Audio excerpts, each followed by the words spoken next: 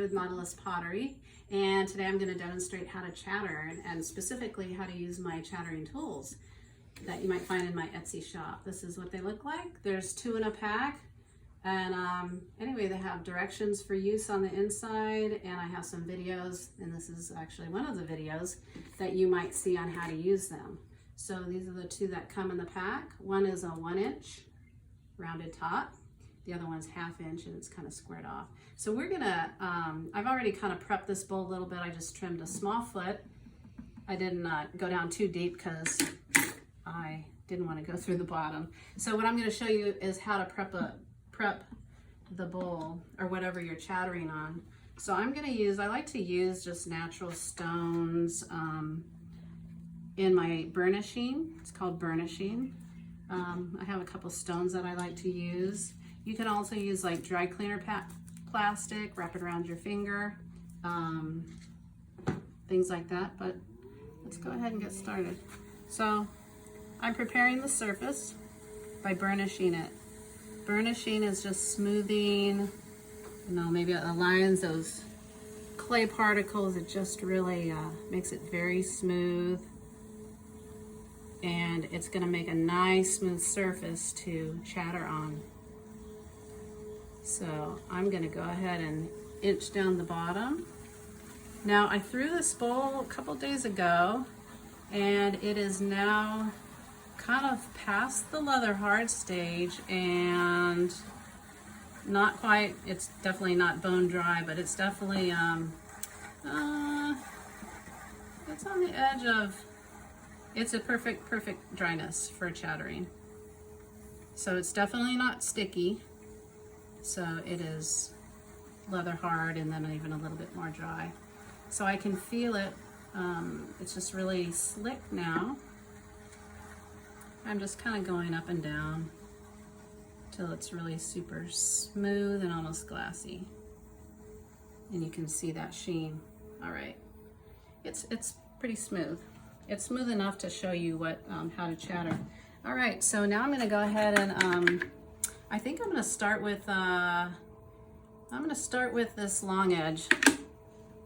And how you want to use your tool is you hold it at a angle and you hold it from the edge.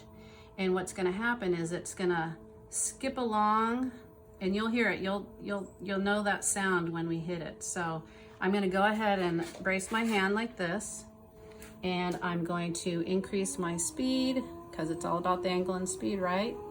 I'm going to turn it over. Use it this way. You hear that? Okay, I'm gonna let off. I'm just gonna show you the design that we made so far. So pretty cool, huh? So, so now I'm gonna take this rounded tip. So we got the rounded tip. I'm gonna define this a little bit. So I'm gonna create a band. Okay, it also gives a space for where the glaze can fall, and I can do a double band. Just move it. See, I'm bracing my hands on each other. So I just did a double band. Let's say I wanted to use this 1/2 inch one. I'm going to use the corner of this, and I'm going to actually try and keep it what the heck, within this double band. I just want to show you what that looks like. Okay, so I'm getting the speed up. I'm on full speed. I'm gonna let it bounce around in that double band. Okay, it might look like a band, but I think it might have a little bit of texture, more texture in it. I'm gonna go ahead and show you what this looks like. You can't really see much of what I was talking about, but with this top right here, the top edge. Okay, here we go. So I'm bracing my hands, full speed. Well, that was a little out of control. I really should have been holding it like that, but see, you know what? It still looks, this looks different than that, right? It has a kind of this 1/2 inch instead of using this long side, you know, and even when I use the tool like this, it'll have a different look. So let's go ahead and do that.